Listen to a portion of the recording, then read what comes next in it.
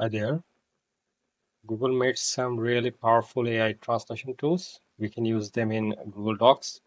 If you want to change a whole document into another language, simply go to Tools, select Translation Document. You will be given a list of available language that Google Doc has. Select the language you want.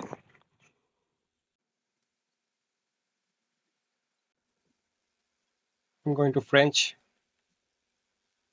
Hit Translate. Google Doc will make a new copy of the document in that language. Is that 100% accurate or perfect? No, but it's a good start in the right direction.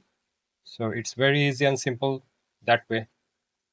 I hope that helps. If so, a like would be greatly appreciated. You can also watch our other videos. If you have more questions, tell us in the comments. We'll try to make a video about it. Don't forget to subscribe to our channel for more helpful content.